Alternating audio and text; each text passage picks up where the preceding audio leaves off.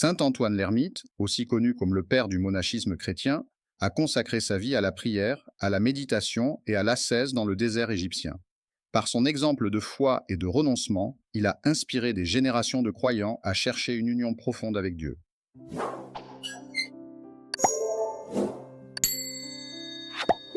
Antoine avait 20 ans lorsqu'il entendit lire, à l'église, les paroles de Jésus « Si tu veux être parfait, vends ce que tu possèdes et donne-en le produit aux pauvres. » Aussitôt Antoine vendit tous ses biens, en donna le produit aux pauvres et alla se faire ermite au désert.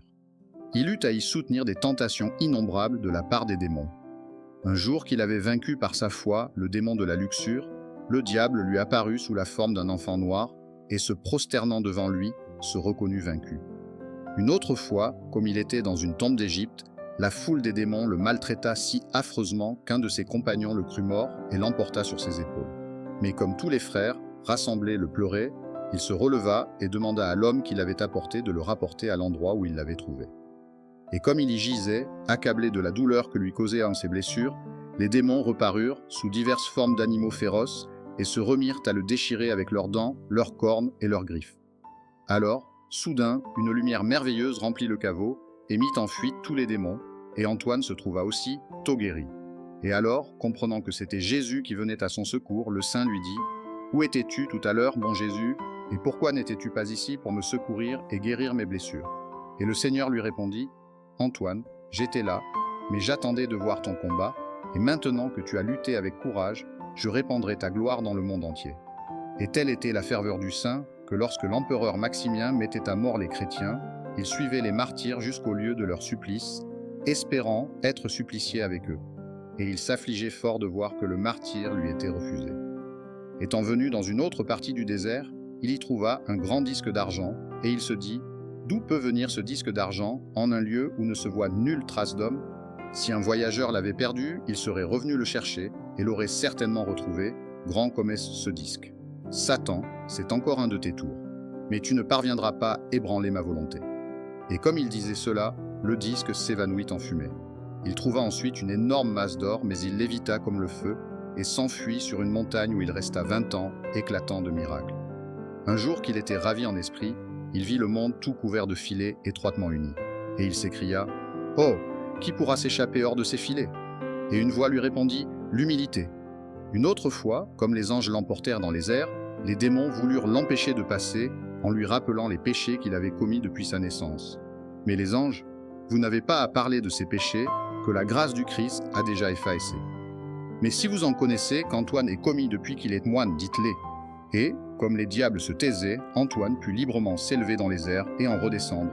Saint Antoine raconte qu'il a vu, un jour, certains diables de haute taille qui, osant se faire passer pour la providence divine, lui dit « Que veux-tu, Antoine, afin que je te le donne ?» Mais le saint, s'armant de sa foi, lui cracha au visage, se jeta sur lui, et aussitôt le diable s'évanouit. Une autre fois, le diable lui apparut dans un corps d'une taille si haute que sa tête semblait toucher le ciel. Antoine lui ayant demandé qui il était, il avoua qu'il était Satan et ajouta « Pourquoi les moines me combattent-ils et pourquoi les chrétiens me maudissent-ils » Et Antoine « Ils ont raison de le faire car tu ne cesses de les tourmenter. » Et le diable « Ce n'est pas moi qui les tourmente, mais ce sont eux qui se tourmentent eux-mêmes.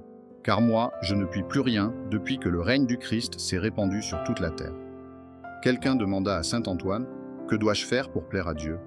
Et le saint lui répondit « Où que tu ailles, aie toujours Dieu devant les yeux. Quoi que tu fasses, obéis aux préceptes de la Sainte Écriture. Et dans quelque lieu que tu te trouves, reste-y. Fais ces 3 choses et tu seras sauvé. » Un abbé, ayant demandé lui aussi à saint Antoine ce qu'il devait faire, le saint répondit « Ne te fie pas à ta justice. Contiens ton ventre et ta langue, et, quand une chose est passée, ne la regrette pas. » Et il dit encore « De même que les poissons meurent si on les met à sec, de même les moines qui s'attardent hors de leurs cellules et fréquentent les séculiers se relâchent de leurs bons propos. » Et il dit encore « Celui qui vit dans la solitude est délivré de 3 guerres, à savoir, contre l'ouïe, la vue et la parole, et n'a à lutter que contre son cœur. » Saint Antoine disait que les mouvements du corps pouvaient être de 3 sortes, les uns provenant de la nature même, les autres de l'excès d'aliments, d'autres enfin de la suggestion du démon. Un frère de son ermitage avait renoncé au siècle, mais non pas entièrement, car il gardait encore quelques biens, et Antoine lui dit « Va acheter de la viande. » Et comme le frère revenait avec la viande, Des chiens se jetèrent sur lui et le mordirent.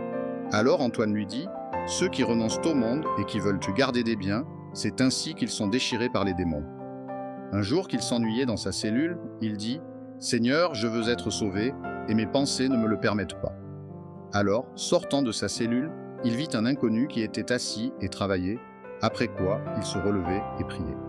Or cet inconnu était un ange, et il dit à Antoine, « Fais ainsi et tu seras sauvé. » Un jour, comme Antoine travaillait avec ses frères, ceux-ci l'entendirent prier Dieu de détourner du monde le malheur qui se préparait. Puis, comme les frères lui demandaient quel était ce malheur, il répondit avec des larmes et des sanglots. « J'ai vu dans le ciel l'autel de Dieu entouré par une multitude de chevaux qui foulaient aux pieds les choses saintes. Et j'ai entendu la voix au Seigneur disant, « Mon autel sera souillé. » Et en effet, 2 ans après, les Ariens hérétiques rompirent l'unité de l'Église, souillèrent les choses saintes et foulèrent aux pieds les autels chrétiens. Un chef égyptien, nommé Balacus, s'étant affilié à la secte des Ariens, persécutait l'Église de Dieu et faisait exposer à nu et battre de verge les moines et les religieuses.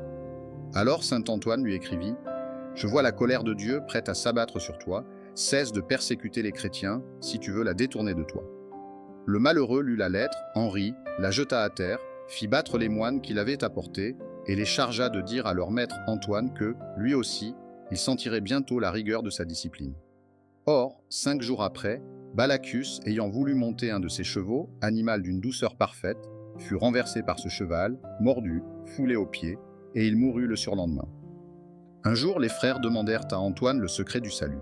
Le saint leur répondit, « N'avez-vous pas entendu que Jésus a dit, « Si l'on te frappe sur une joue, tends l'autre joue » Et eux, « Oui, mais cela est au-dessus de nos forces. » Et Antoine, « Alors souffrez du moins avec patience d'être frappé sur une joue. » Et eux, « Cela encore est au-dessus de nos forces. » Et saint Antoine, « Alors contentez-vous du moins de ne pas frapper plus qu'on ne vous aura frappé. » Et eux, « Cela même est encore au-dessus de nos forces. » Sur quoi Antoine, se tournant vers son disciple, lui dit, « Va préparer une liqueur fortifiante pour ses frères, car en vérité, ils sont bien débiles.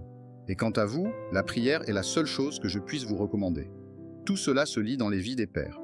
Enfin, saint Antoine, parvenu à l'âge de 105 ans, s'endormit en paix après avoir embrassé ses frères. Il mourut sous le règne de Constantin, qui monta sur le trône en l'an 350.